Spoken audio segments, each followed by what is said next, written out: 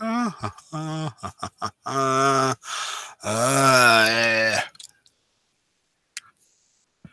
Hmm.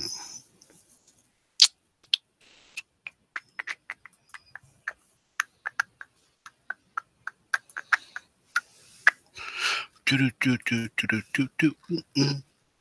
It's a blank page. Yeah. Mm-mm-mm-mm. It's a blank page. Yeah. Let's see what's going on. I'm live. I am. Oop, I am live.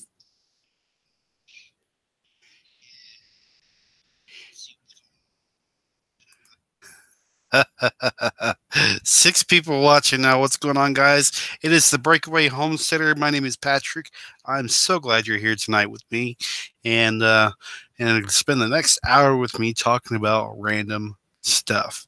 Now, tonight was supposed to be a night where I got Full Spectrum Survival on board to talk about our third section of the home security thing, and that was supposed to be window security, but I have been jam packed with work and everything like that. I got my notes pages done on it, but I did not get the media done on it, the pictures, the videos, all that stuff. And so Brad relievingly said, "You know what? Don't stress it, bro. We'll do it tomorrow night on our show." So if you want to catch up to that and watch that show, it's Windows Security. It'll be tomorrow night on the Full Spectrum Survival Show at 8 p.m. Eastern Standard Time. Now, for me tonight, this is what you get. This is what you get. You get the disheveled hair. You get the ketchup, not the ketchup, the spaghetti sauce stain on the t-shirt, and uh, and you get the real deal right now.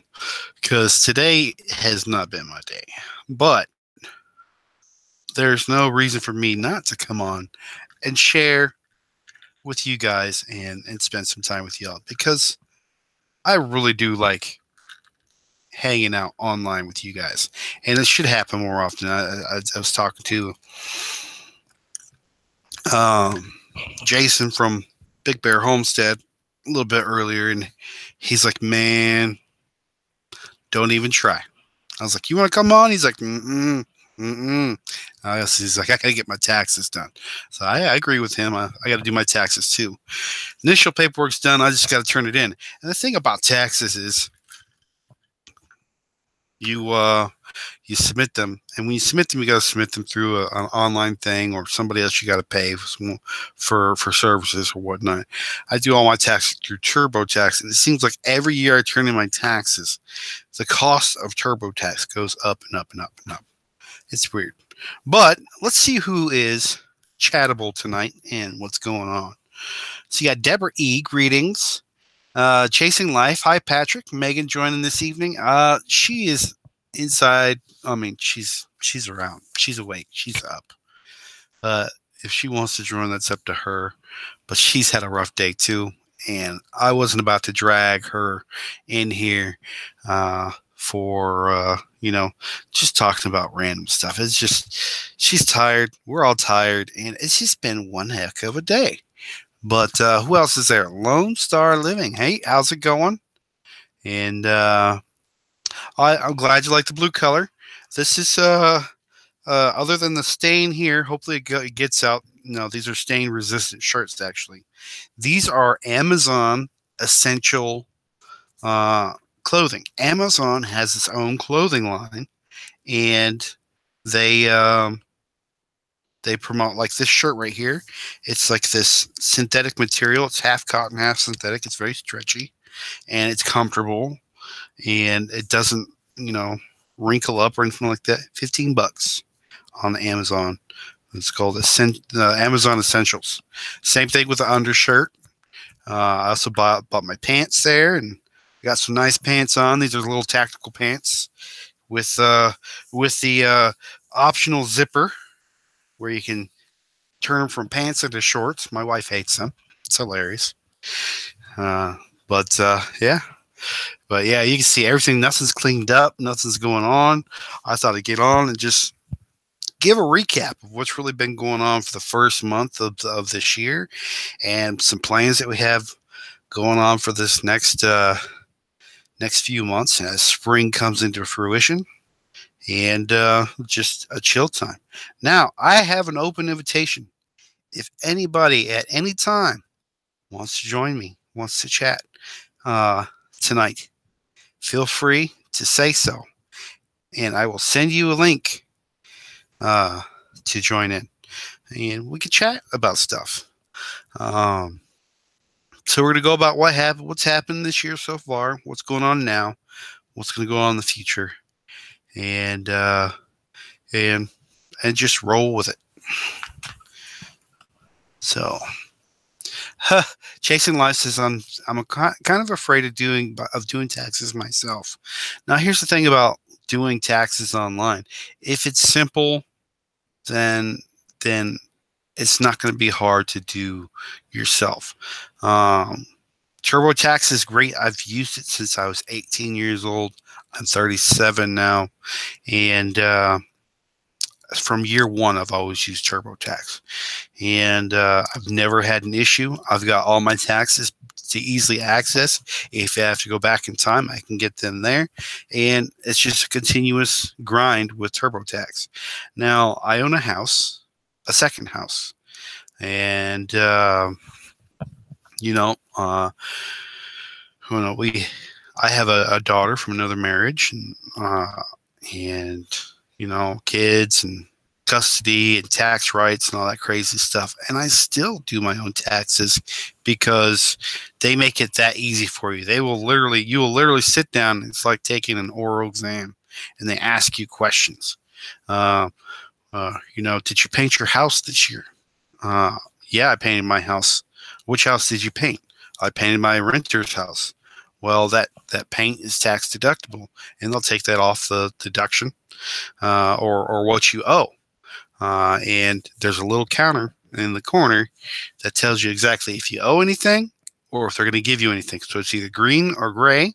You got your federal taxes and your state taxes, which all suck.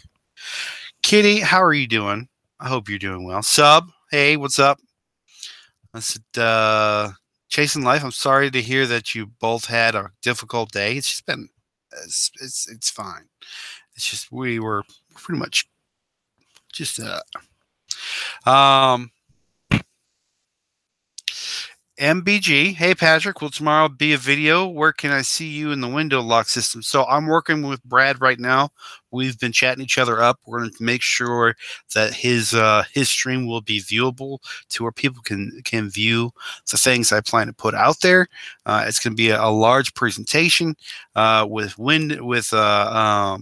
pictures and also videos of break-ins, stuff like that.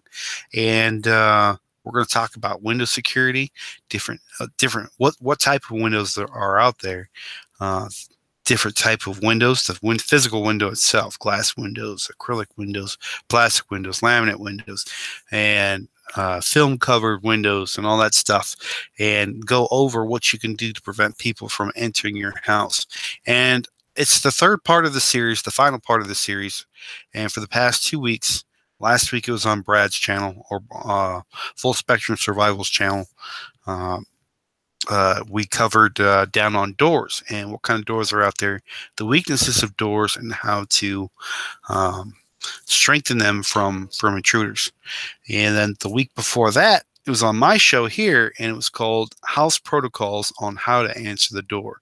Basically saying, hey, kids shouldn't answer doors, how to tell if there's a stranger at your door or somebody that you know, special knocks to people who knock on the door. You know exactly who it is, or if it's a family member or if it's a friend.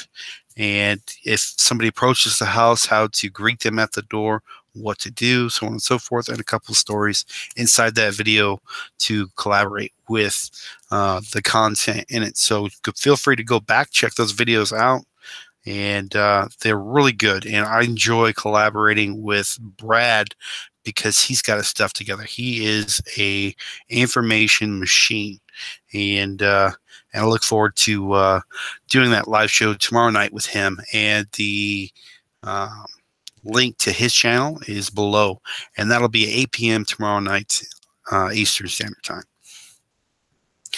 So, Sub says today has been bad all the way around, and I agree. I'm listening to I'm listening as I bottle up kombucha, which is cool because I actually have a mother forming right now on my kitchen counter. I've done it before. It's been a long time, but I want to catch up again with fermentations and drinks that'll help my gut better and get back out of that leaky gut syndrome type deal.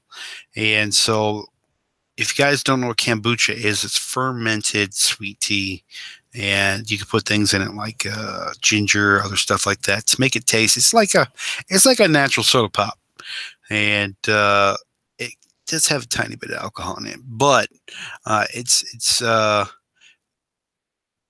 a whole host of good bacteria inside of it. And when I say the mother, and you can get that from apple cider as well, it's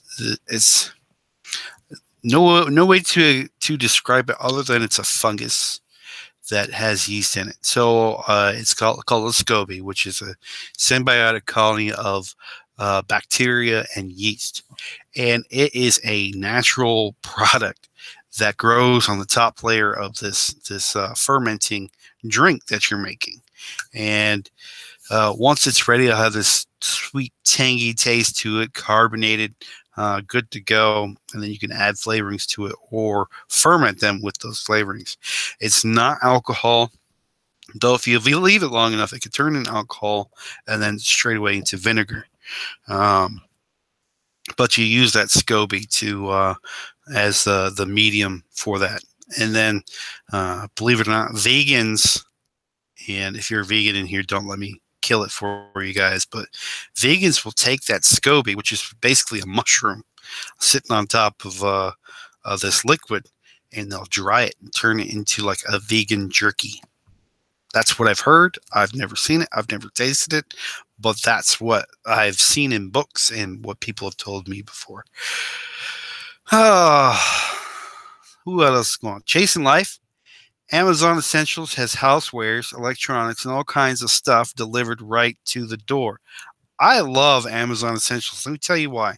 It is the cheap brand. It is the bottom shelf and top shelf as you go through the electronic store of grocery shopping or stuff shopping. I've been using Essentials for a while.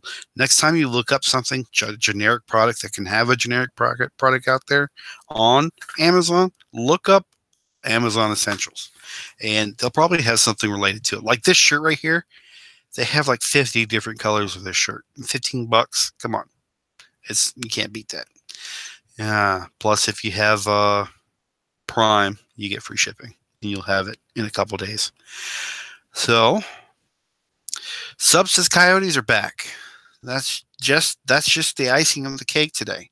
Well, Sub, consider giving a phone call out to Jason from the Big Bear Homestead and seeing about maybe getting a trap or two, or finding somebody close to you that could be a trapper to help out with that. Also, coyotes usually are not restricted as far as taking them out because they're a predator. There's usually no hunting season for them. So if they're causing a nuisance, you have the right to your property to protect your animals, and should be able to get somebody to extinguish that problem. A lot of people have issues with coyotes because people think they're canines, they're dogs, they are they could be pets potentially, whatnot. No, they're an invasive species, and they have to be controlled just like everything else, just like deer, swine, everything like that. Chasing Life. Oh, getting down kombucha. Let's see what else is going on in the comments here. MBG. It's an area that I feel hubby and I need to pay more attention. LADT Weeks video, it was great. Yeah, good. I'm glad you enjoyed it. And it is, home security is what it is. The weakest points in your house is your doors and windows. And so why not make a series on it? I've actually had a mostly easy day. This is Kitty. Um, Worked on garden plants and got to relax a bit with the kids. That is a great day. And it's a great day to do it. Here in North Carolina, it's been foggy and misty all day and just crappy. Um, Literally at 4 o'clock in the afternoon, you couldn't see 10 feet out the door or out your window. Had to drive slow home because the fog was so bad. It was really weird. What else is going on? Mm-mm-mm. And so subs like that's good. Kombucha is amazing. Deborah E. It is. It's an acquired taste, and um, some people are like, "Oh, I drink milk kefir and stuff like that." It's just like, ugh. No, I can't do that. This is something at least consumable that you can manage to drink, and something that can grow on you. You know, people don't like coffee right off the bat, and they learn to acquire the taste for coffee. Kombucha is the same way. It's got a tang to it that can, and a little fizz to it that can remind you of soda. You can't have soda, and it could be something you could pick up. Chasing Life at MBG. I think everybody can do with some work in that area. MBG says heavy snow coming down tonight and tomorrow in Maine. Some schools already closed. Yeah, you guys are hitting a storm. We're getting a storm down here as well. I know that my parents live up in upstate New York. They are expecting up to 18 inches as well. And that's why I live in the South. I don't want snow. It happens here every once in a while, but it has yet to happen this year where there's any accumulation on the ground. So, yep, Chasing Life says, nice kitty. I can't wait to get into the garden when it starts warming up. Working anything good, and I hope she is. But I am looking forward to get out in the garden as well. We're going to do a recap of what's going on this year so far. And part of that recap is what we're building. We got a greenhouse up and ready to go almost. But we're getting there. C. Dean's here. Hello, Patrick. Inside chat friends. How are you doing tonight? Hope you're doing well. If you guys don't know, C. Dean's a big advocate for Breakaway Homestead. Not only Breakaway Homestead, but Full Spectrum Survival. He's guest chatted or guest spoke on Full Spectrum Survival as well. And he's got a great view on the quality of life here in the United States and the direction it may be heading into. And he's great on getting information from. So, Chasing Life. Hello, Doc. Doc Ferris is in the room. You might be able to see a picture of him tonight. Your cat is just fine, by the way. So Doc Ferris came out for my birthday at the end of January, and he fell in love with our new cat, Bing Clausby. And he's this orange cat. And I tell you, Doc, the more we observe him, the more we think he's a little special upstairs, if you know what I mean. We had just realized we've had this cat for about a month now. The cat cannot jump at all. And cats that can't jump, I mean, he sits weird anyway. He sits on his haunches a little weirder, and his hips are a little wider than a normal cat, and he's kind of a derp. And so we noticed just today, that when he was getting on the couch, he didn't jump on the couch. He pulled himself up onto the couch, and we don't think he's in any pain. We just think he's built differently in the inbreeding sense of terms. He's derp, and but he is the sweetest cat ever. And Doc Ferris literally fell in love with this cat, and my wife was reluctant to give the cat up, and she held her ground, and we kept the cat. But I tell you, if he pushed any harder, she would have given him the cat, because that's how much they were having a great time with each other. We'll see what else is going on. Tanya Turner, how's it going? Hope you're doing well. getting started on homesteading. Hello, everybody from Kentucky. Welcome to the show. I'm not really doing anything tonight. I'm just giving a recap of what's going on here and giving some ideas to you guys, and I want some feedback as well. I got some ideas for you guys that I got to go over, and we are slowly but surely getting there. I'm just going through the comments and making sure everybody gets their turn in talking. Again, if you guys want to come on and actually physically speak to me while on the chat tonight, just let me know. I will be happy to send you a link via Google Hangouts and get you talking, and we'll talk about the things that are going on here and what your plans are as well.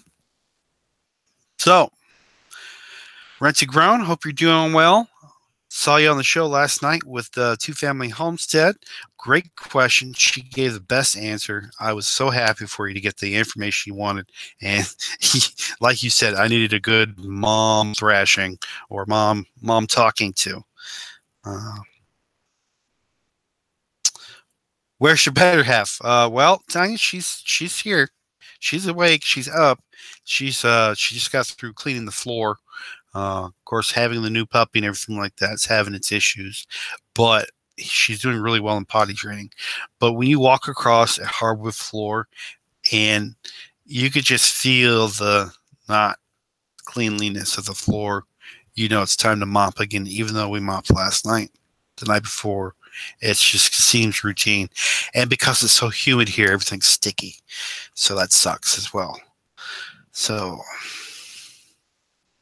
yeah, it's growing time on the seedlings. We are into February finally, and it's time to get into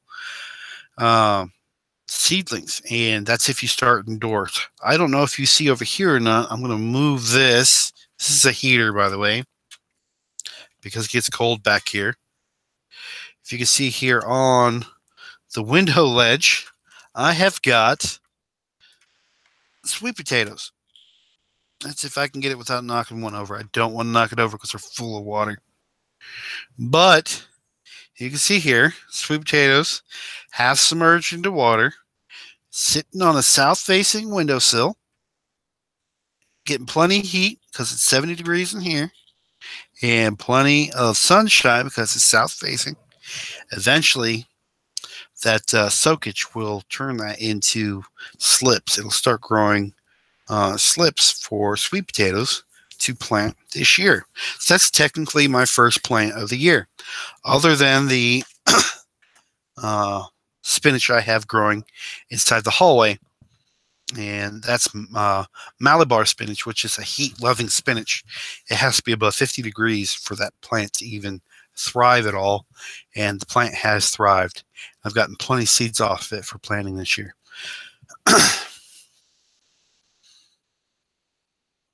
Hey, Patrick, if you decide you want company in a few minutes, I can come visit with you. That's cool. Claire, I'd be happy to have you on board. We'll talk about what's going on here and what you guys are doing. I know you got so Rent to Grown. That's Claire. She and her boyfriend live in a house on 3 acres. They don't own the house, they're renting the house. So they have limitations as to what they can do as far as homesteading goes. And they're working in those limitations. And Rent to Grown is a channel that's growing as well to express how you can do homesteading and be a renter at the same time without having any real issues.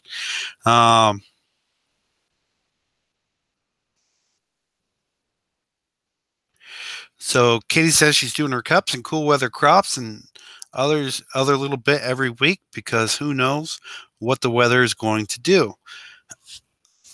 That's true, but I saw a very good sign on the way home today. Even in the fog, daisies are coming up. So daisies are a good sign that spring is starting to happen. So Chasing Life says, Patrick, how do you start the sweet potato plant, and what do you do after it outgrows? So very simply, you get sweet potatoes. You can go to the store, get sweet potatoes. You can get seed sweet potatoes. And what I do, grab this again.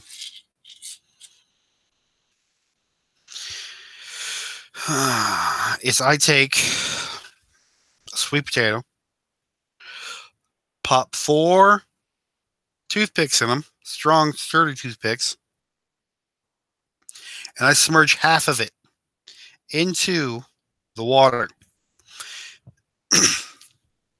Now I want to show you this because these have only been up about 4 or 5 days. Excuse me. I don't know if you're going to be able to see this or not. Hopefully you will. Right here, you see that little white spot on there, that little white speck? That is the beginning of a root popping out of the bottom of this sweet potato. And that's the first time I've seen it, actually. And I've kept the level up. There's more above the water than there is below it because the root's going to come out. And the more that it's exposed, the more these slips will come out. So these little plants are going to start popping out. Most potato people would say they're eyes, but these aren't real potatoes, they're tubers. But in the indentions, little plants will start popping out. And what you'll do is when that happens, is you'll either 1, plant the whole thing, or 2, you could pull off the slips one by one and place those into a glass of water, just the slips by themselves. And those slips will create roots by themselves. And then you have plants to plant for sweet potatoes. I'm going to take a look at another one here just to see how the other ones are doing. I honestly haven't looked at them. This is more of a set it and forget it type deal. And it's the easiest way to get sweet potatoes in your garden. And you can plant them anywhere as long as the chickens aren't anywhere near them. And let's see if I can get this in here without spilling it. All right. That one's there. No spillage. No spillage. No whammies. No whammies. Stop. All right. I'm going to get the first one out here. See what's going on with this one. So that's promising.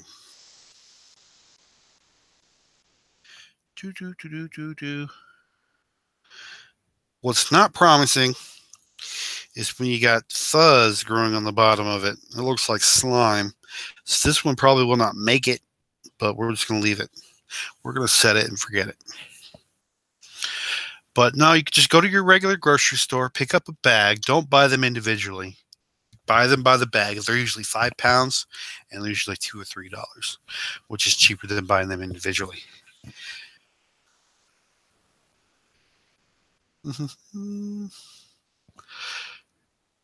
Anita G says, "I hope so. We need spring to come around. We're waterlogged. Needs to try to dry out a little bit. We're a lot of waterlogged as well. Again, our dog. We had to put our dog down last month, and no problem, chasing life. There's, I mean, our pets, our family pets, will get buried in the backyard, closer to each other, and we live kind of up on a hill." And I was digging down, and I got about 3.5-ish feet before I hit the water line. And living on a hill, your water line should be up that high. So it's really to the point now that if the water level comes up any higher, we're going to have issues with plumbing because we have a septic tank and a leaching field. And if that leaching field can't leach, then the septic tank can't drain as it continuously gets filled. And so then we'd be stuck there. And if something like that were to happen, we would have to wait for the water level to go down. So we'd have to get a porta potty out here to take care of that business, and then we'd probably be showering at work because both of our workplaces have showers in them. See, Dean, at Kitty's homestead, our peach tree had buds on it. Now the weather is too cold again. Just be careful with them blossoms. Hope they don't fall down. Depending on how big your peach tree is, see, Dean, you can get the polyspun. It looks like you can see right through it. It's like gossamer sheeting. but you can also use garden bed blocker.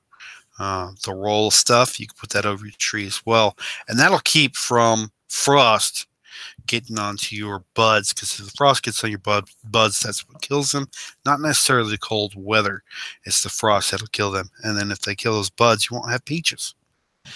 I'll appreciate it, sub. Everybody else, yeah, it's okay. It was some weird circumstances that wouldn't really that didn't really turn out well. Craft bags work well to cover those blossoms too. Just something to cover the blossoms so they don't get frost on them. Frost is the killer. It's not the temperature. So all right. So Claire from Rent to Grown is going to come online tonight. We're going to have a little chat about what's going on in her homestead and what's going on in my homestead. And it's completely impromptu, but I am looking forward to having her on. I've been watching her channel since she started, and I met her at the Homesteader of America conference. So let me pull up some stuff here, and we're going to start from mid-December of last year all the way up to now. All right, let's see what we got here. All right, let's see by projecting a screen, and right here, share, present to everyone. So here is the Huckster. Mid-December, this was actually Christmas time.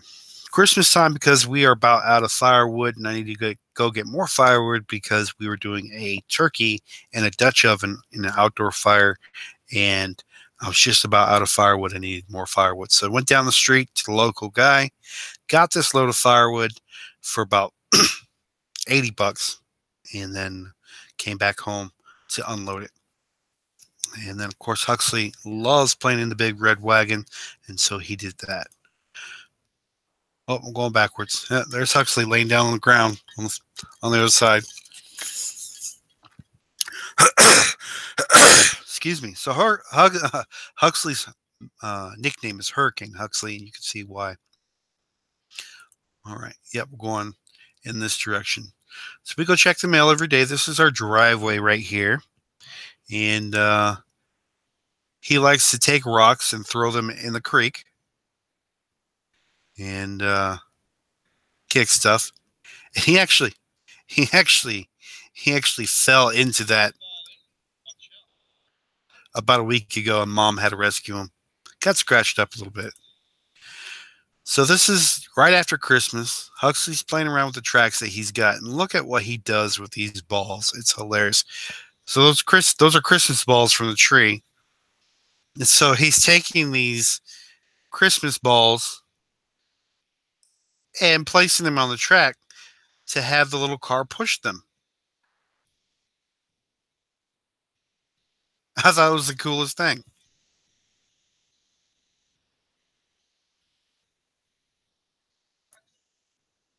And so this is December 17th. And we're at Lowe's. And this is what they have out at December 17th. And so when they put out spring stuff, you know it's close. You know spring's coming. You know you need to start planting. You know you need to start getting your seeds. And hopefully you guys don't get them from here. Check out your seed catalogs. Do seed exchanges. During seed time, just go on to YouTube. Type in seed exchange. And I guarantee you, you'll find a channel that is doing some sort of seed exchange or seed giveaway, or just write to people and say, hey, you got any spare seeds from last year, or are you doing a seed exchange? So that was exciting to see there. There's me, excited for some reason or another. And so we get bored. We're at home. This was at the end of December. This was after Christmas. Everybody already left, so we were playing with the Hot Wheels track and throwing Hot Wheels off. You can see over here in the corner, I had made a castle out of Legos. And we were just having a little good old time. We'll get back to that one. So we went to Harbor Freight. We picked up the greenhouse that we got. We bought the 6x8 greenhouse, and I made a riser for it. And I haven't done a video on this greenhouse yet because it's not complete. And the greenhouse is actually being dedicated to my late dog Grizzly, and it's going to be called the Grizzly Greenhouse. So until it's complete, we're not going to really open up. We're not going to put plants in it. We're not going to start anything until we are ready to roll. And so that's the building of the greenhouse. And that's as far as I got that one day because it was bitterly cold outside. I just wanted to get the frame up. Here's some of our chickens. And they're just hanging out on the red wagon. You can see I'd taken the wood off and placed it over here and placed tarp over the top of it to keep rainwater from seeping into the wood, because dry wood will soak up wet water. Of course, wet water. Dry wood will soak up water and get waterlogged, and it's useless for firewood. There's a couple of my chickens. Those are bar rocks. And so every day when we head to school for Huxley and I head to work, I'm actually wearing the same shirt I'm wearing now inside that picture. He gets his Pop-Tart. We get in the car. We start singing, having a good time, and we'll take a picture, and we'll send that to Mom, and just to get her morning rolling because we love her and we want her to have a good day. And so we'll send that. Hey, how's it going? And then she'll get that picture. So this next one. This is the 17th of January. I had traveled about an hour north to Cary, North Carolina, and I met this lovely couple who were getting rid of their stock. And I have these rabbits now. They were 11 weeks old at the time. But I picked up 7 rabbits from them, and Doc Ferris ended up bringing 3 rabbits from his rabbitry from his home place. And so they're there in the car. I got a smashing deal. Now, normally, mutt rabbits, these are mutts. You usually go as a generality that you sell them about $10 per rabbit. She was a little more reluctant to give these up because she's been working these breeding programs, and so I got 7 rabbits for $80. So I spent roughly $11 to $12 on each rabbit, which is still good. And I'm willing to pay that because she's a hobbyist. She's doing this to see about making a profit from it, and I'm not going to lack her from that. So, yeah, the bunnies, Kitty says. And so that weekend, that was that Friday. That following weekend, that Saturday, I took Megan out for our first date night. It was my goal this year to take Megan out on one date, once a month for the year. And this was my first promise to her this year. And so we went to watch a pianist play the piano, and he's actually the conductor of an orchestra, the Carolina Philharmonic. And so it was just him, and he was playing the piano. There's the grand piano right there. And it was a great time. We were there till 10 o'clock at night because we had to leave to go pick up the kid because of the sitter. But we stayed almost to the end. And that's the, so of all places, this is the Robert E. Lee Auditorium of our local high school in Pinehurst. And that was last month. This Saturday, as a matter of fact, we'll be heading back, if that'll pop up, heading back to the Robert E. Lee Auditorium. And those are our seats right there to watch the orchestra conduct a Wild West theme show. So they're going to take a whole bunch of Wild West shows from the old days, take the scores from those shows, and do orchestral presentations of those Wild West themes. So that's going to be fun. It should be a good time. I'm looking forward to it because we're going to try out a new Asian restaurant before we go up there. So back to the photos.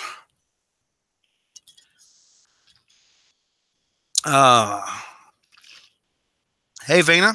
I hope you're enjoying your book. She won a book last week from us. And so I'm going to speed this up so we can get Claire on. And so there's the stuff. And no, I didn't turn my phone on after that point because nobody else had their phone on. We were the youngest people there, and everybody else enjoyed the music for what it was and did not bother to use media to share their experience with other people. They weren't taking pictures of everything. So I respected that. So here's the greenhouse with the glazing in it.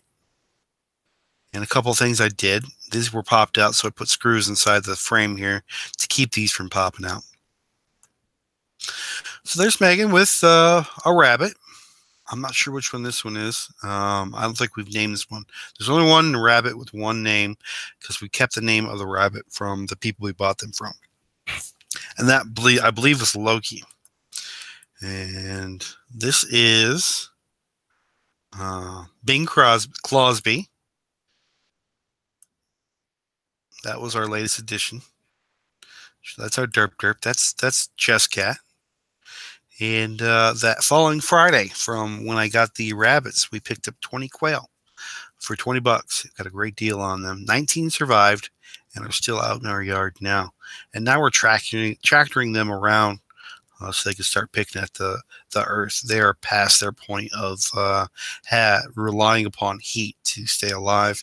And they got one more week before they're 6 weeks old and they start laying eggs, which is the reason why we got them. So family came and visited. We were just hanging out.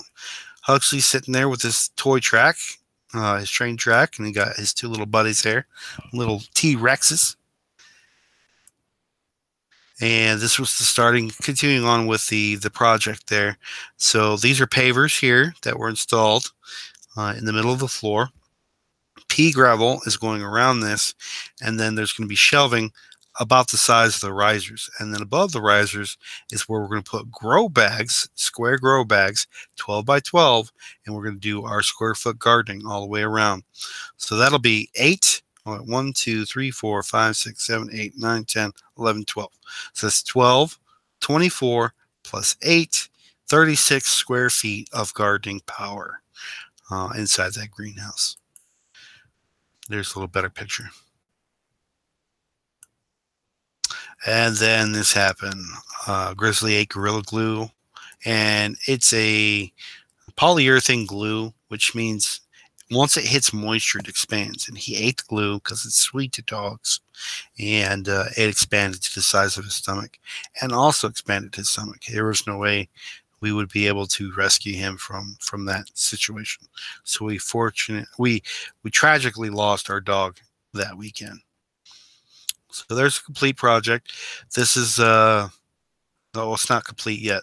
We still have to do the other stuff. But once this is done, this will be dedicated to that dog Grizzly, and this will be the Grizzly greenhouse.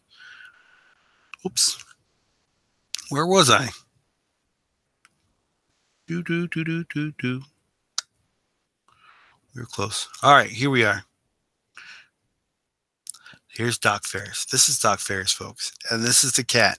This is the cat eating a donut. Cats don't eat sweet things from Doc Ferris. And he was in love with that cat. A couple of pictures that we use on the live streams. This looks like a video over here. It's working. Let's see what it does. Oh. It's okay, LB. It's all right. So Megan went and got cupped. That's a Chinese form of massage, and she did that for the first time. I was surprised she did it, but our chiropractor recommended it, and she thoroughly not enjoyed it, but thoroughly endured it, and it did help. So this right here is our newest dog, and that is Maori.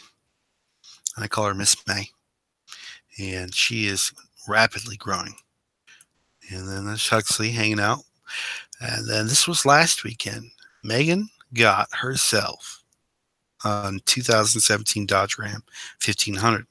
She went from a Mini 2002 Mini to a full-size pickup truck. And we got a great deal on it, and we're happy with it. And she is enjoying it so much. She loves that truck. There's little Elby. So this right here is the bed frame to our bed. Of course, the cat's been scratching away at it. That's why there's shavings on the floor. And that's that 70s Tastic carpet we have yet to pull up. And this is the size of buckets. And you see buckets underneath here, but that's where we place some buckets for preparedness needs. And so we built the frame to be higher than regular buckets so we could do that. There's a picture of the truck again. She loves it, loves it, loves it. Megan in her throne in her favorite spot right there. She was so happy to get that truck. And there is Bing Crosby again, hanging out. And so this is a video of me with the chickens gathering around me, and I'm saying, all hail Squats to P. So working with a whole bunch of dudes, a whole bunch of guys, one of my coworkers like, so you have a car and she has a truck. My wife has a truck. So you're telling me you squat to pee. You know what? That's going to be your name from now on. It's going to be called Squats to Pee.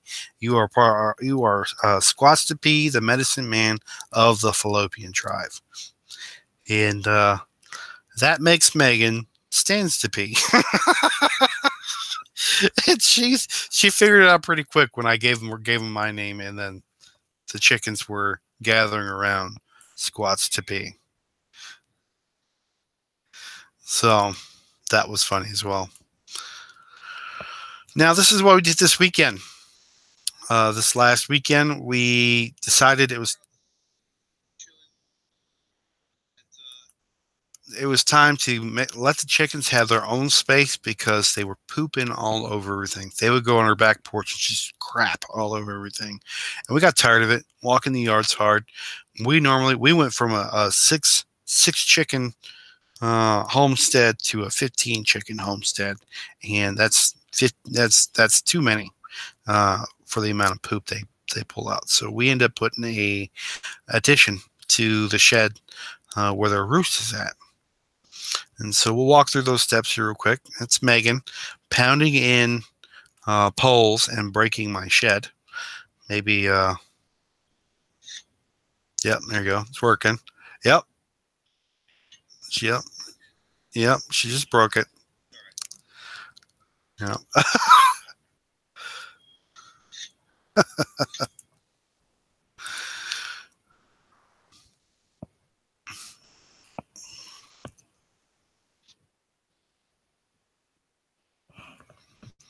No idea. All right. So this is what it looks like. And that was the fencing, and then we put, of course, hawk covering over it, a little plastic fencing over the top of it to keep the predators from coming in. We have a big population of bald eagles out here. And while I was out there, I took a picture of our homestead from the backyard. And at this point, I'm about to bring on our good friend from Rent to Grown. This is the homestead for the back. We have a steel roof in the back. Here's the kids. So if we were ever in an SHTF situation, the reason why the ground's on fire, by the way, is because we're doing property management. Our place is covered with pine trees and pine needles, and all this was covered in pine needles, and grass will not grow unless the ground is exposed to the sun. So I took this picture. There's a rabbit hutch here. There's a shed here for storage. You can see here the water troughs that we have just in case something happens. Entertainment for the kids in case the power goes out. Firewood in case there's no electricity for heat. This is a small bird apiary, aviary. That's where the quail are. That's where the other rabbits and chicken are. And of course, we got the chicken run. And so right here on the left, you have the pop-up camper. And so if we have to leave the situation, we have a situation we have something that we could take with us in order to do that. So this is my my impression of Jason from the Big Bear Homestead. I hope you enjoy that. But yeah, this is what our ground looks like outside, and that's what we turned it into. That was everywhere. Now it looks like this. And so it takes a lot of energy to do that. The easiest way to do that is to control burn, and that's what we did. And what I would do is take big circles and make a pile and burn it, or do long lines. Part of property management. There's the girls. Travel trailer. The quail. Little hugel bed that I made last year, which did well. Going to use that again. Got to start planting that. The kids' stuff. And then a random picture of my hand. Here's Huxley at Walmart wearing a hat that he just had to have. He still has that hat. Wore to school this morning. And so this was the day before last night. Megan, we were playing rummy. Megan went out on her first hand, the first hand of the round, leaving me with all that to go negative on. And then the exact next hand, she did it again. And so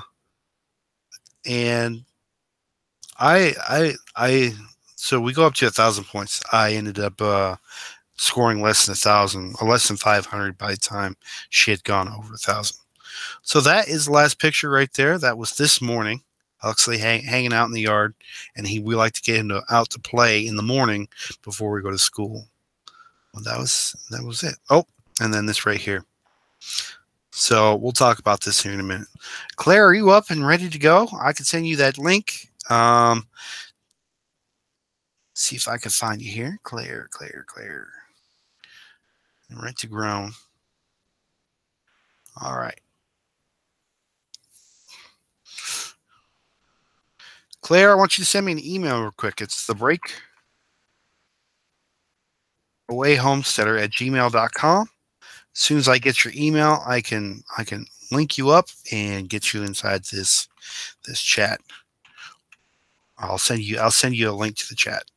Homesteader@gmail.com.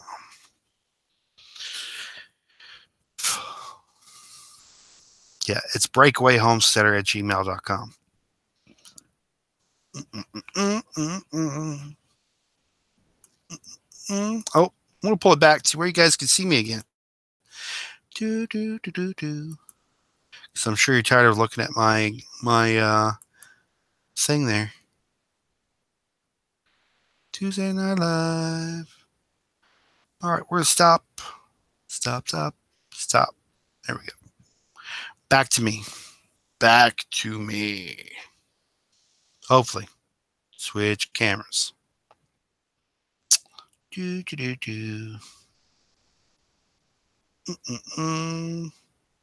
Well, let's see about getting my camera back up. UVC camera. There we go. We're back. Welcome back. So, I want to show you something here real quick. So, send that email to me. I'll send you the link there, Claire. Heck, I might as well just post it up there so anybody can chat in. There is Maori. Look how much bigger she's gotten. I just woke her up. She's not very happy, are you? You're not happy at all. She's a good girl. I know. And then my Elbaruski's over there hanging out, trying to get some sleep.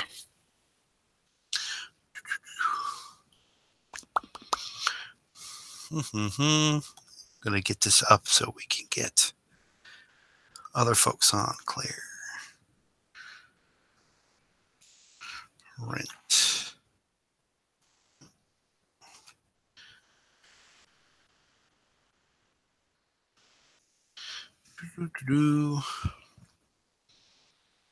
I hope everybody's having a good time tonight and just chilling with me. I know there's not a whole lot going on right now, and if you're chilling with me, I I hope you're having a good time too. So she's adorable. What kind of dog is she? She is half Labrador Retriever, golden, and she's half Golden Retriever. Um, and so, can you guess her color? It's gonna be gold. She's gonna be a half short-haired dog with the floppy ears of a not a golden retriever, a Labrador Retriever, and probably longer hair or longer body and curly tail of a golden retriever. But yeah, it's an asset to have a dog at your house for your protection. Essential part of every homestead. Oh, she's not grunting. No. Uh, sh- so yeah, no, Kitty. Hangouts is going away soon. I know they got this new stuff going up. We got to figure that out to where we can actually do this again. I have not figured out what Google or YouTube is doing to add other people into that. I know if we do broadcast via the other program there, what's it called, OBS, that I can use Hangouts on Google and broadcast that. That'd be a little cheat there, but might as well see what they're doing now. So, hey, Claire, just send me your email if you already did. I haven't looked at it. Sorry. Claire, Claire, Claire, Claire. Inbox.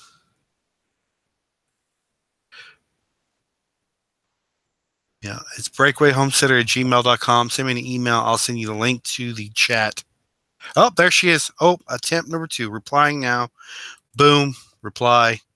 Boom. Control V, which is paste for you three people out there. And send. And as soon as she comes on, we'll have her on. I'm going to pull over to chats now. And then we're going to talk about some stuff. What? I don't know, but we're going to talk about something. Close. Do. Waiting on her. Ah, she's dragging it out. Oh. You see the kids playing over there? Yeah. There she is. Hi. What's going on? Oh, just trying to figure out your email. You gave it to me wrong, sir. It's breakawayhomesteader@gmail.com. I know, but Or what you put in I the chat put, was the wrong one. yeah, I put the in front of it. Yeah, that's my fault. How are you doing tonight? I'm okay. I wish it gave me the option to do this in landscape instead of portrait, but Huh. Yeah, well, that's cell phones for you. yeah, it's what I'm working with. Yeah. So, You got to go with what you're working with. yeah.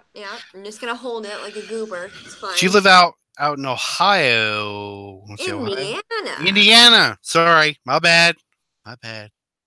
You Yep. live out in that area of the. I know you've driven far to get down to the HOA when you came Yes. down. Yes. Um, I'm like less than an hour from Illinois, so it's actually like a 3-hour drive to Ohio. wow. What kind of crazy temperatures did you get a couple weeks ago? So, I woke up at like 10:30 the day that it was going to be the worst. So I didn't even see the absolute worst of it, but it was -17 and the wind chill was -40. Isn't it crazy when you get up at night and you could see your breath inside your own home? So cooler than that, my shower and my tub surround is on a north facing wall, Uh huh. and all of my bottles inside my shower on that day had frozen to the tub surround Wow. in That my was house. pretty crazy. It was Yeah. super, yeah. You could definitely tell the weak spots in your house when you get cold like that because the air is so super cold it actually create frost like in the corners of the room and stuff like that. And I grew up in Texas, but all my family's from upstate New York. And there's been time I've been visiting during winter time when there's been super cold air, and it's been pretty crazy. But yeah, no for the cold. I So, I don't want any part of this because I'm not from here. You know, I before this I lived in Florida, and before that, like I grew up in Tennessee forever and ever. So hmm this is not my jam. I didn't what turned you on to Indiana then?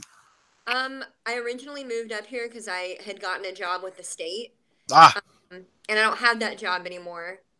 But, you know, I stuck around because the cost of living is not that bad, and yeah, the economy's doing really well up here. There are a lot more jobs than people. So, that's good. That's a good reason to stay. yep. So I didn't want to be stuck in West Tennessee, you know, just broke, and I was going to end up broke and barefoot and pregnant, and that's fine for some people, but I wanted something different, so I left. Good, good. Well, you did a good choice. I mean, your choices led you to where you're at today, and the meeting of your boyfriend and everything that you've gone through so far. And tonight, Robin and Jason from the Big Bear Homestead they put out a video, and they called us out on the video too, talking about if you could tell your starting out homestead self uh, a few things, if you can write to your old self and tell them a few things, a few mistakes not to make, what would you change? And I'm just like, wow, it's tough because every action that we did, led to something else, Yep. and so it reacted to the situation and led us to where we're at today. And I'm grateful for that. So it's Yep. just like, what do you really change from that point? I Well, feel like I wouldn't have changed much. I might right. not have gotten so many rabbits, but because I'm not using them, they're just a bunch of furry freeloaders. Yeah, furry Uh, freeloaders. and so I might not have gotten so many rabbits, but I mean they were free. The upkeep's what I'm paying for them now. So Yeah. um, Well, I that's a just good question to ask because you went up to the HOA, the Homesteaders of America conference. I know you did you watch the demonstrations up there about the rabbits?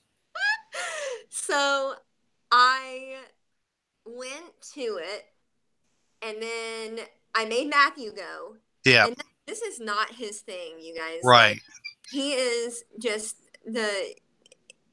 he's indoorsy. I'll Right. say it that way. He's indoorsy. Um, so I made him go to it. First of all, it was freezing, and he hates that. And It it was was outside. nice the first day, then it got cold. Yes, we were only there the second day. We drove all night, stayed the second day, and then drove all day back the next day. Um, So we went to that demonstration, and I can't for the life of me remember who put it on, but the rabbit I butchering His name was demonstration. Steve. I can't remember his last name. I don't remember. They have a channel too, but The channel is Liberty Acres. is it? It's funny. I know the channel, but I don't know the name of the people who. I wasn't familiar with them going into it, but we sat down for that, and then he like was talking about, okay, this is the part where I kill it. Are you ready for this? And I was like, hey Matthew, are No. you ready for this? And he was like, yeah. And I was like, cool, I'm a dip. So I left. That's And so smart. I made him watch it, and he was fine with it. So I can process it. I'm really interested in learning to tan hides. I can't kill it, but once it's Right. dead, I can do it. I just can't be the hmm one to kill it. And I didn't want to watch, and I didn't want it to like cry because the rabbit cry is so like soul piercing. Right. So yeah, I made him watch it, and he said it was fine. Yeah.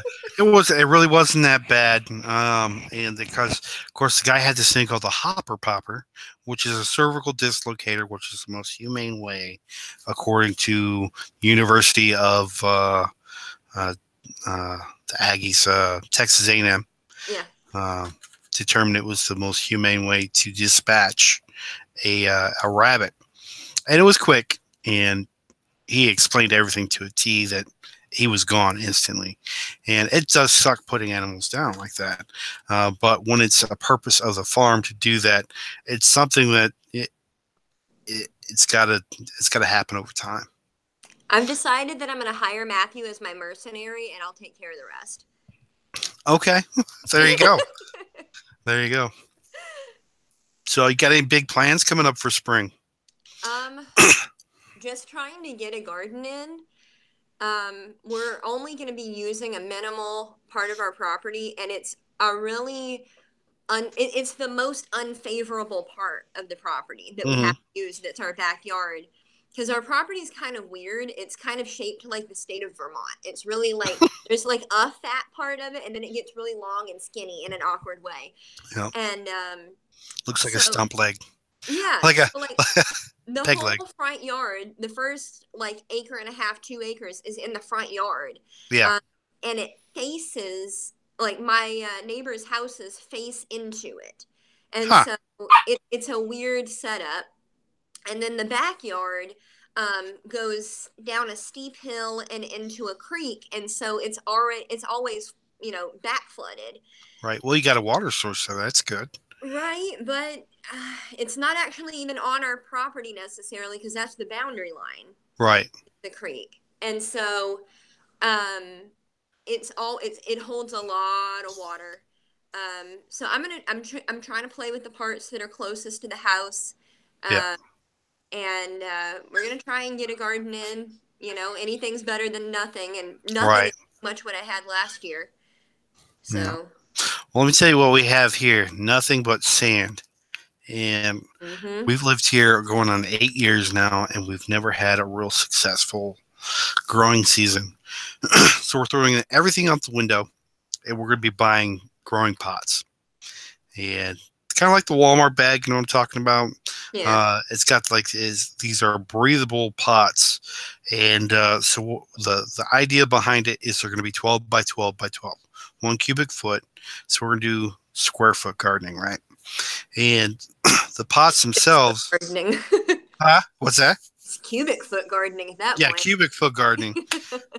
They have handles on them, and they're going to be individualized. So whatever plant you can adjust pH, stuff like that in the dirt, and and make it to where everything's going to grow regardless of what you need, um, regardless of what you throw at it. And so that's what we're doing this year. We're doing those pots, and so a plant in a plastic pot will its roots will grow out and it'll spin around the plastic of it. Hmm. And then, so a plant inside these grow pots will grow out and they'll hit that outer barrier, which is breathable, and it'll go through the barrier.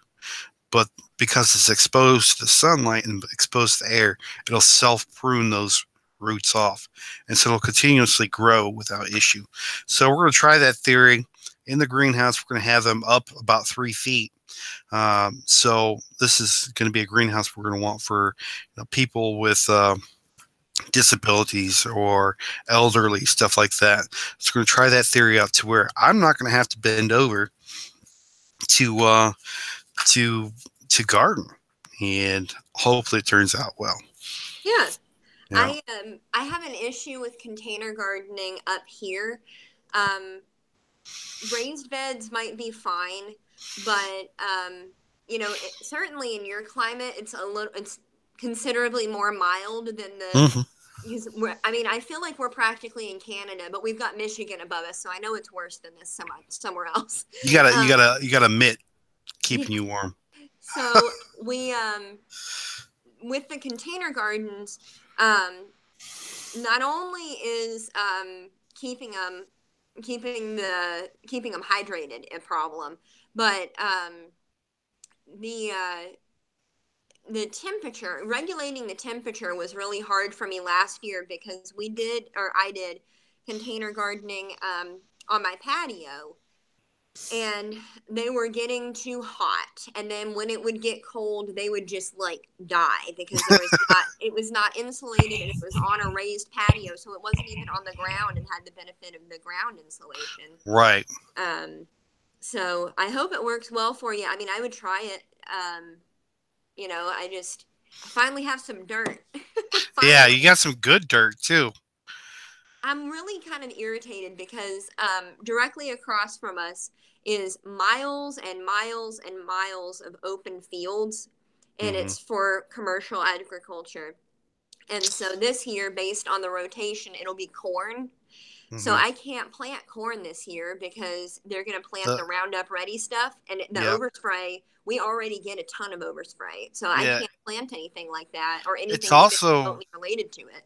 Yeah, commercial corn is also an open pollinator as well. So if even if you plant corn, the wind will pull that pollination from that genetic field, and it'll ruin your organic corn. It really will. The corn will be pollinated or basically seeded to where it grows that genetic corn or has a genetic trait to it. Yep. So you don't want that either, as far as that goes. But you know, yeah, I would say work with what you got. No, and you got a decent landlord that's going to let you do some stuff. That's good. Well, kind of. Kinda. We Here comes the kinda part.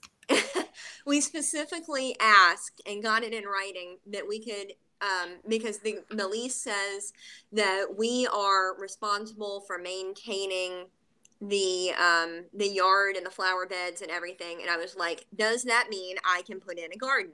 And they were like, as long as it's not crazy and overgrown, that's fine. And I'm like, okay, don't come to my house during, August through October. Yep, Uh, exactly. but Yeah, because there's just no way. Like at some point, it just becomes this woolly nightmare. But right, so that was a thing we were allowed to do. Well, right.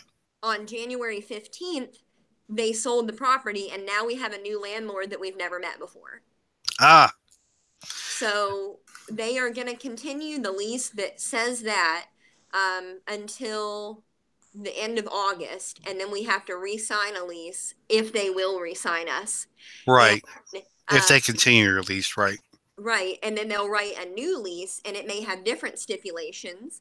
And I'm really hoping because it's just a guy who owns a used car lot in town. Hmm. I'm really hoping that him driving a Silverado to come look at the house means that he's a good old boy and he'll let me have some chickens and some quail and some stuff Right. like that. Because right now they don't even know that I have my rabbits. Well, rabbits are considered pets, so they can't really. Well, as long as you could have pets, I can I don't have know. pets to the tune of $30 a month each. Wow. Um. Yeah. No, I would send him something. I would send him like, you know, I would make him like a banana bread or some cookies or something like Yep. that. I'd stop by and be like, "Hey, what's up, landlord? How you doing? I brought you some cookies. Yeah, I'm sweet, planning on something like that. yeah, sweeten them up, and they'll be more receptive to that for sure, for sure." Yeah. Well, hey, I got a question for you. I got some story to throw by you, and I don't know if you got the time or not. Yeah. Okay, so a coworker of mine came up to me and said, "Hey, Patrick, I know you have the homestead, whatnot." And I put on the whiteboard because all of our chickens are starting to lay now, and so we're getting about 14 eggs a day. And so I put on the whiteboard up there. I said, "Hey, folks, uh, I've got eggs. If you're interested, just let me know." And I said that way before I decided to uh, really think this out. And so I put up there, I've got, if you're interested in a uh, share of my homestead, and what I really want to do is make people a part of the action, to have people learn more about what's going into their stomach and how it gets there. I said, well, I got open shares for chickens, rabbits, and quail, because those are the three things, major things we have. And later this year, we'll work with bees. And so one of my coworkers came up and says, "Hey, I'm really interested in this chicken thing. What's going on?" I'm like, "I haven't even actually done anything yet. I will let you know as soon as I do."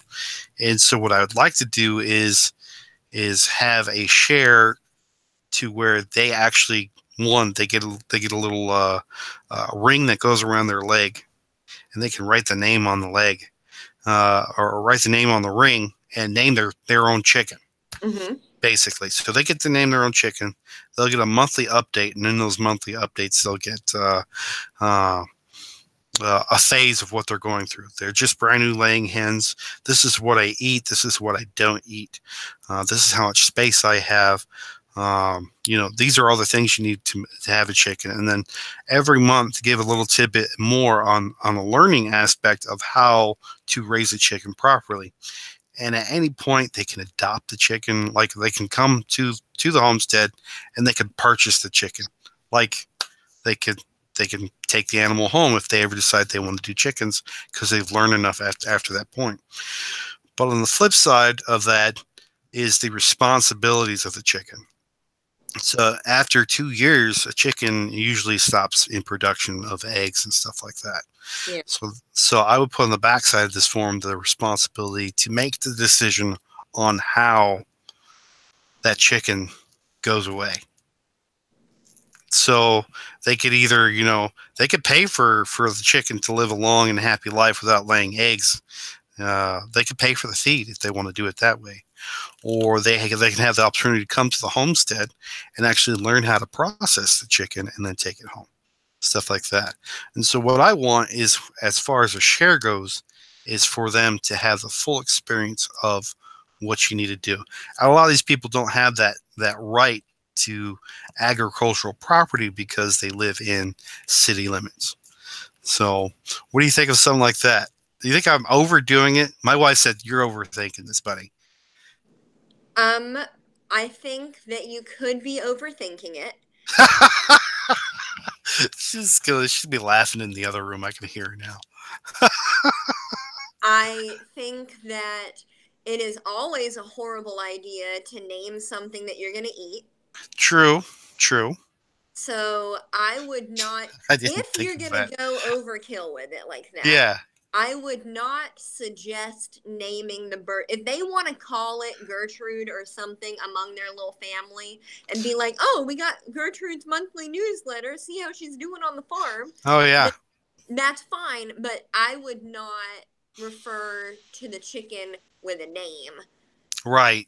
But that would be their choice. And honestly, it would be 2 years before something like that would happen because they're brand new chickens. Later, they'll get best friends with this chicken that's not useful anymore. And you're exactly. Normal folks choose to kill Gertrude the chicken. Right. But they get the opportunity. Okay. I'm looking at the back of this form here, and I made up a whole form. And it says on the back, it says, but sadly, there will be a day that your hen will no longer be of use as an egg layer. And in parentheses, it says after 2 years. At that point, you'll get to decide what happens to your hen. And it says you'll be able to continue to sponsor that hen and let it live out its days on the homestead, which will cost $40 a year in feed, because that's how much it costs to feed one chicken per year. Right. Choose to send the hen to freezer camp, meaning the bird will be harvested as a meal, and that's going to be at no cost because we would eat the bird. Choose to come out to the homestead and learn how to send your hen to freezer camp. That's the process of culling, scalding, plucking, processing, and bagging your bird. And that's a lesson that's free to them to learn how to actually homestead and learn where their food comes from. And so there's and the thing is these days there's a result that people don't understand where their food comes from. So the other two options: purchase the hen. If they can purchase the hen, that's they can come and get the hen for free because it's no longer good to us as far as it's an egg layer. Or they can ask us to process the hen for them, and they get a chicken in a bag, basically, and then that's processed. And then the humane option at the very bottom is bury the bird, out of respect for the shareholder at no cost. So I'm just like, I'm giving them options. Throw it in a hole in the ground. Exactly. Well, people are like, it's got to have a funeral. It's a chicken, and there's a difference. Dig it up later and eat it? No. But and it says this is a really great way to learn where your food comes from and know when that even that chicken on your plate comes at a cost. Because, the life of an animal is a cost that we take for granted, and it's important for them to make that decision if they're going to go through with it. And so, I don't know. I thought it was a good idea. And my wife's like, you way overthought that. I don't think people are going to be as gung-ho about it as you want them to be, and that's going to make you sad. It's not going to make me sad. It's just going to make me question and go, why are you eating chicken then? So So, in a similar vein, um, my first, because I've had chickens before, I had some yeah, bootleg chickens in a shed in Florida in the middle of town. And we talked about it in the city hall meetings and stuff, and I pled the fifth. But anyway, my very first little day old chickens I ever bought, I went into Rural King and they had them, and I was not emotionally prepared to not leave with a chicken. yeah. And so I still lived at home in the suburbs, and my dad is very anti-homestead and just deeply to his core, he is anti-homestead.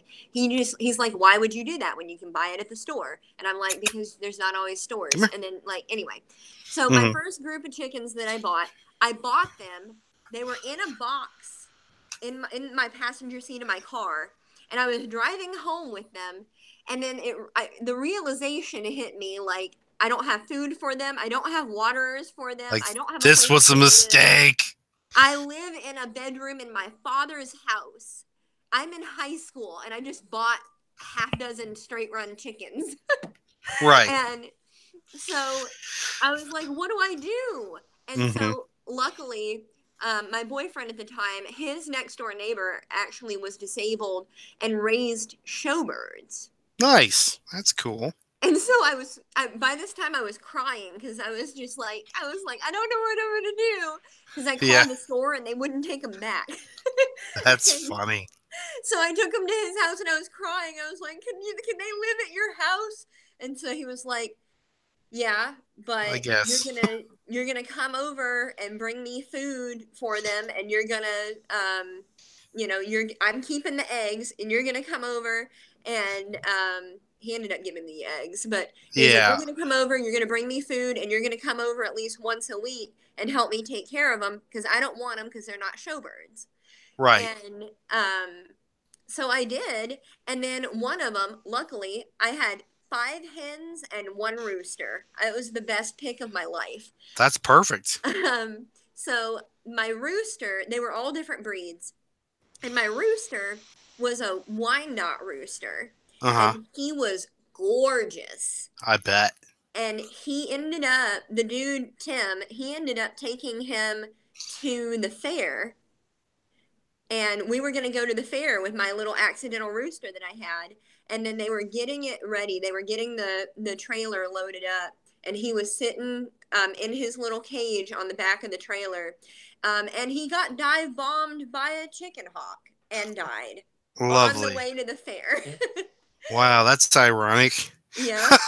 But anyway, so like that's what I did. So if you wanted to have people buy their own birds and like bring them to you and like help in that way, um you might get people that way, but then you'd have people at your house who feel like they're entitled to come and see their property on your property. Well, they're welcome. That would be a thing that they would have to make an appointment for, but they would be welcome to come and see their own chicken on the property. And I'm not going to give away a share to somebody I don't know like that. Yeah. This is like a coworker. I want them to know how to do it just as much as every other person, but I'm going to trust them more because I know them personally. But yeah, my wife thought I was crazy. She's like, no, just sell eggs. Thank you. Bye. It comes from a good place, but I I don't want that extra liability per se. Like if you Yeah, want to come and help do the things, you can be a woofer without getting a chicken newsletter. right. True. Little weekend woofer. Yeah. Well, the HOA conference, the guy who was doing the rabbits, he did an actual class um, with private students. The very first day, it was that Thursday, and he had about 20 students out there, and they did not, half the class didn't realize that they were going to end up killing their own rabbit. It's like, ever watch Kingsman? Nope. Nope. It's a great movie. Anyway, you wouldn't get it until you watch it. When you watch it, you'll get it. But they go through all this training and they have this companion, and at the end they end up having to dispatch that animal. But I know it sounds sad, but it's really not. But at the HOA, they had these rabbits. They were all given rabbits, their own rabbits, and they ended up having to dispatch their own rabbits, which could be it's traumatic for some people that never done anything like that before. But other people are like, hey, whatever. And it's how you look at the aspect of what that animal is useful for and what it's used for. But yeah, like you, I could hand you a dead rabbit, you'd be okay with it. Oh yeah. But the other way around, it's excruciatingly painful for people to do something like that, and they think it's inhumane and whatnot. But it's a harsh reality as to what the purpose of animals are for. But yeah, so what else is going on? I really want to get rid of my rabbits, but I don't want to eat them, and I don't know what to do with them. Put them on Craigslist; they'll be gone the next day. Yeah. I'm serious; they will be. I care about them. I've had them too long, and I've been babying. You know what they're gonna do with them? Like when I got those rabbits last month, I bought 7 rabbits, and the lady, she's like, well, I don't know. She's like, well, good luck, blah blah blah. She's like, I hope they find a good home, and I hope you take care of them, whatnot. And she's like, but it's totally cool if you want to eat them. It's like, all right, but yeah, you don't want that to happen. No. And like one of the reasons that because I did it all wrong. Okay. Yeah. I got free rabbits. They're all different breeds. One of them's a New Zealand buck, and he's really good size. Nice. But everybody else is like, I have a chocolate silver martin. I've got this like Polish Rex cross that's his coat's not favorable. Yeah. And then the other one is like a ginger lop mix. And hey, Food Wars, sorry. I just like my 3 of them are bucks and 1 is a doe, and my doe can't be handled, and my bucks are terrified of me except for one who thinks he's a lap rabbit. And I just like the main reason I haven't gotten rid of my doe is because she can't be handled, she can't be bred, she can't be a house rabbit, and she is too old at this point to be good eating. So like, right, she's totally useless. Yeah, Kitty made that point. Kitty made that point early on here. It was like an old chicken is pretty useless as a chicken for eating because it's old. The meat's tough or whatnot. Right. But they could be used as stew animals. In other words, they have to be cooked very slowly in order to be edible. Yeah. But do you keep any records on your animals? Me? Yeah. Why? I'm just asking, like, records. Like, do you keep a record like, oh, this rabbit is, 2 years old or anything like that? So, like, I don't know how old any of them really are. So they're it's like a rabbit. I've had this one for like a year and a half, and the New Zealand is like a little over a year old. I know that. And then the Polish cross is about a year and a half old. My doe, I've had her for like 2 years. Yeah. But like I don't really know how old any of them are because they're secondhand by the time that they get to me. Like a lot of the times they've been passed around a couple times and nobody knows. Yeah.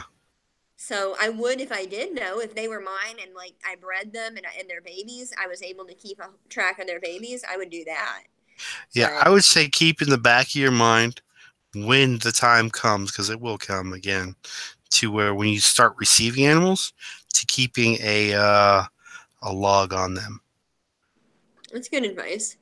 I don't know what to do. Like I'm fine. If I could get rid of 2 of my bucks and the doe, I would keep that last one that wants to be a lap rabbit. I would keep him as a house rabbit because he's really nice. Nice. As a pet. You Yeah. keep him as a pet. Yeah. I'm going to display this screen here real quick. Show you what I do here, and this is only because, and I just started doing this because I wanted to decently keep records of all the animals that are going through the homestead, and so hopefully it'll pop up there. There we go. Um, Hold on a minute. I can't see that. yeah, it's gonna be tiny. You'll probably have to go back to the video, but this is the rabbit breeding program. A female doe, after it's 4 months old, is good for is good breeding for about 3 years. And you don't want to overrun your doe. You can breed them up to 9 times a year, but I'm only going to do it about 5 times per year. Give them a nice little breather break, whatnot. So this is the first year right here. This is the breeder program for the number one doe. That's my number one doe, which is Aphrodite, her name. Um, these are the runs where she's going to be running her first litter, second, third, fourth, and fifth for the year. So this section shows the buck that she'll be mating with, the mate date, and it's automatically updatable. So let's say this is 1 January 2018. Today is February the 12th. So if I go 2/12/2019 and I hit enter, all the dates update to what they need to be to. Awesome. How cool is that? And then so you got your mate date, your check pregnancy date, which is 19 days after the mate date. You'll take the buck of the rabbit, put it in the cage with the male again, and if the female does not want to do anything at all, and they don't do anything, you'll know it's because she's pregnant. And then at day 28, you put a nesting box in with the mama, and then 2 days to 3 days after that, she'll have babies. And the aim is for eight rabbits per litter. And then at day 73, after she's been mated, they get weaned, and then at 6 weeks the litter will get processed, or they'll go on to someplace else or do whatever. So yeah, and then you got the description down here. Animal description, today's date, what kind of breed it is. This is a mutt. What color it is, the demeanor. This rabbit's very calm. Its health is excellent. The date of birth, because I actually knew what the date of birth was. The date purchased, the cost of the animal, and then the age of the animal, which is 106 days, and that's from February 9th when I made the record. So if I go 2/12/2019, it automatically updates. So it's 109 days old. So that means it's 3.6 months old. So once she hits 4 months old, she is old enough to start breeding. And it's weird because male bucks, they have to wait till they're 6 months old before they're ready to breed. And then I took 2 pictures of them, of her. Isn't that pretty? Yeah. Cute little rabbit. But every tab has the same thing in the different rabbits. Is it a chinchilla? It's something. They're all mutts. Now, what the cool thing, when I get to doe number 5, look at this big guy, this big lady. Oh, wow. Isn't she a monster? So this is Doc Ferris. He came out for my birthday. He brought 3 rabbits with him, and these are Flemish Giants with a Rex crossbreed. And they are huge. Look at this thing. Oh my goodness. Yeah, it's a huge rabbit. It looks like a swamp rabbit. Exactly. And yeah, they are very, very big rabbits. But they're comfortable, they're soft, they're fun to be with. They're not mean at all, so it's nice. And then the same thing, because this is just the breeding schedule for my bucks. Same deal. It's just what doe he bred with, the mate date, the check pregnancy, the number of kits born, number of kits survived. And so it's a push and pull of making records to find out what's working, what's not, so I can pull out what's not working and put in what's working, and then morph it into a great production. So I have that for you if you want it.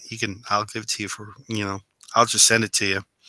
Do But that because um, I'll give that to Matthew. He's the general manager and I'm nice, streamer. Yeah. nice.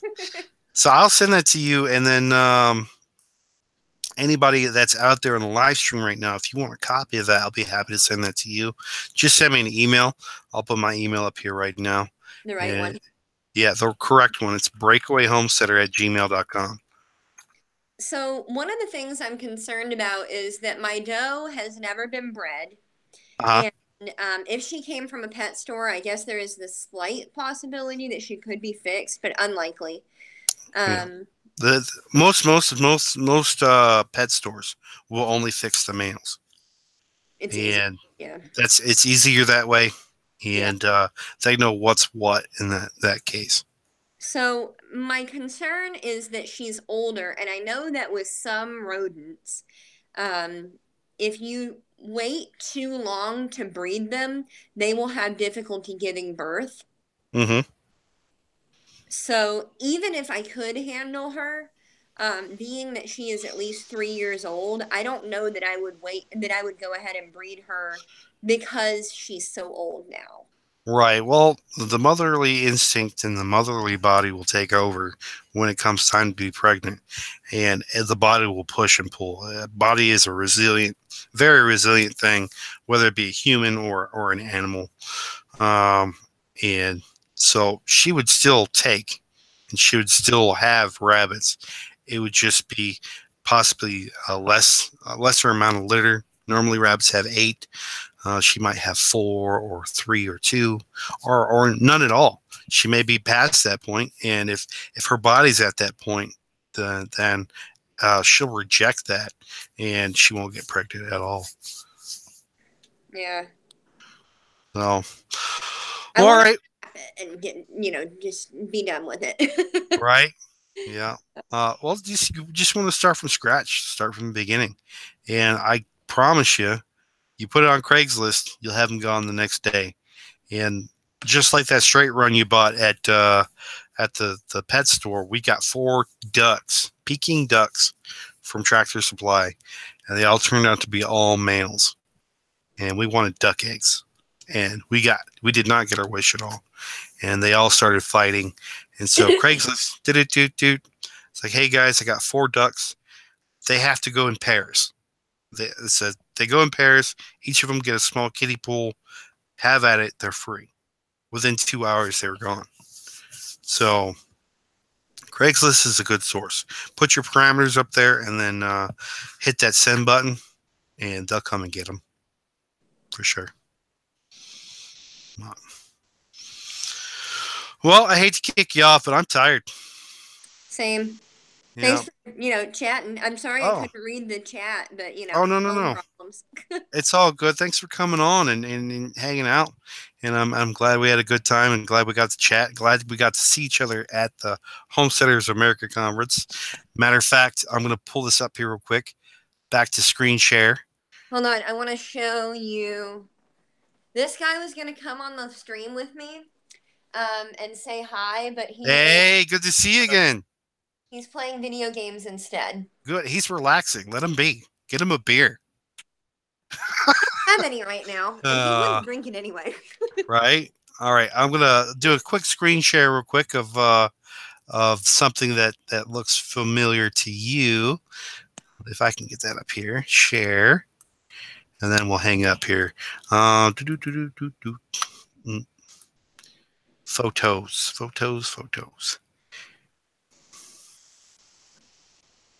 All right. Boy, this thing is slow tonight.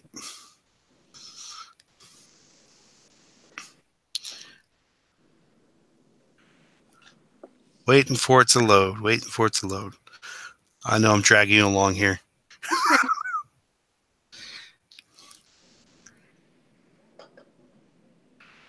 Here we go.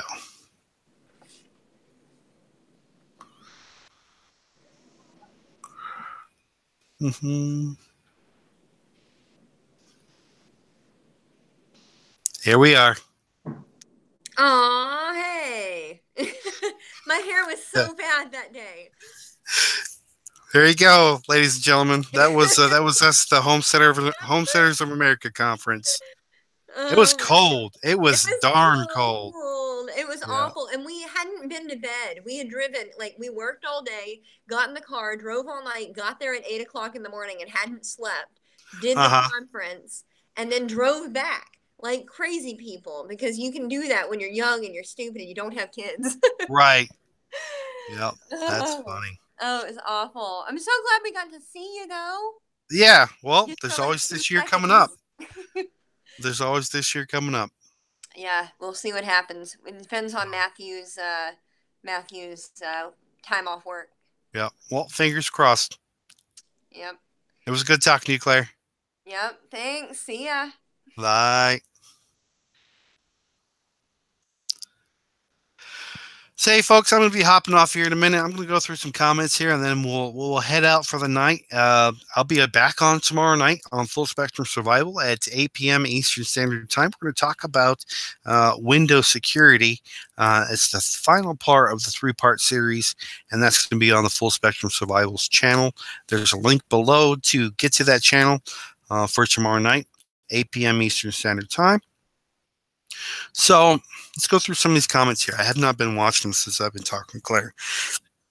Excuse me. And there's still 15 people watching. I'm surprised. You guys just want to chill. Hopefully you learned a little bit about rabbits tonight too. So breakawayhomesteader@gmail.com. We'll post that again. A homesteader at gmail.com. Send me an email, all caps, saying rabbit tracker, and I'll send you a copy of that rabbit tracker. It automatically populates. You just put the date in, tells you exactly each step that you need to take on those rabbits if you decide to have rabbits. And the only thing you need to remember is that female rabbits start breeding at 4 months, and male rabbits start breeding at 6 months.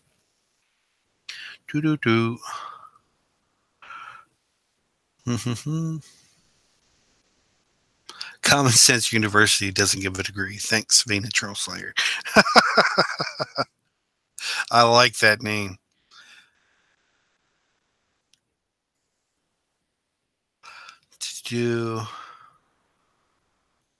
And Venus says, I'm very picky when I get an animal. All my rabbits have to be pedigreed. Even my Wooler Angora that is not breeding, she has a pedigree. Yeah, well, and Angora is also perfect for, wool. I like Steve's input there. Food Forest Permaculture Pressure Cook the old rabbits and chickens, and they are just fine. It's a slow cooker thing. And Freaky Geek came on. Hey, Freaky Geek. She says, I thought mutts were dogs. Well, rabbits can be mutts as well when you have no clue what kind of rabbits they are, and they have every color under the sun in their fur.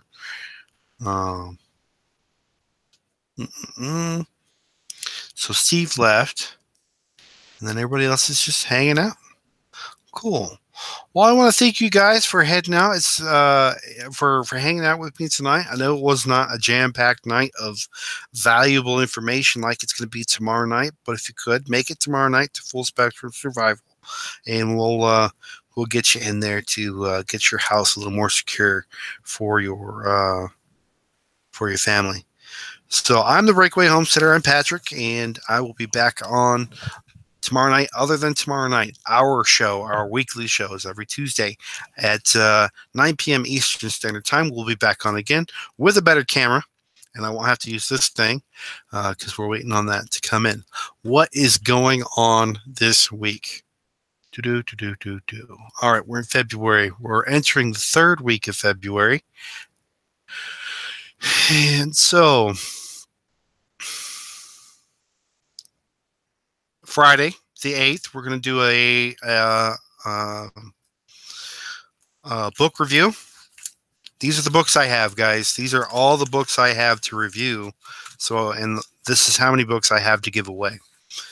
Each book, we're going to review it, And these are books by Daisy Luther and a couple other authors who gave me the opportunity to review the books and give some away. This is the book we're going to go over this week. It is The Prepper's Hurricane Survival Guide and What to Do Before, During, and After a Hurricane by Daisy Luther. And if you live on the East Coast like I do, we deal with hurricanes all the time. And so that's the book we're going to be doing a book review on. That's scheduled for the 8th. Hopefully it's done by the 8th, and we'll be able to take care of that. Next Tuesday night, I don't have anything scheduled as far as what the subject will be. I'll put out a video as well right after the book review talking about the subject. I think we're going to end up returning back around and doing the video we didn't do before, and that's having Robin from the Big Bear Homestead back onto the channel, and we're going to talk oregano oil because we are still in the swing of things as far as flu season goes. So what else is going on next week?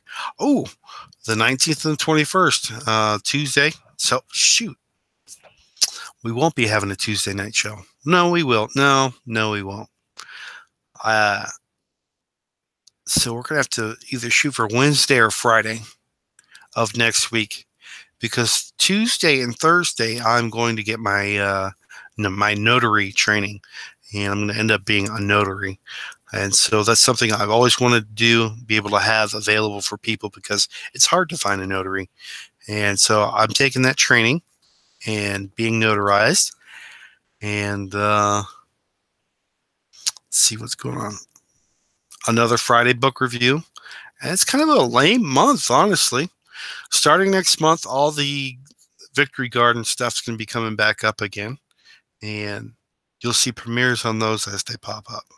But other than that, we'll see you guys next Tuesday. No, not next Tuesday. We'll figure something out.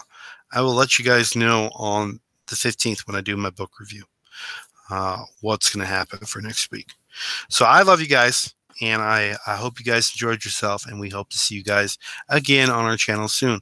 If this is the first time you've been here, this is not what we normally do, but we do like to have a good time every once in a while.